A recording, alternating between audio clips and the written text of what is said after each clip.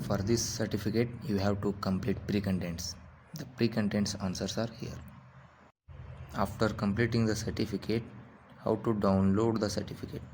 Go to your profile and achievements and certificate. There you can download the certificate.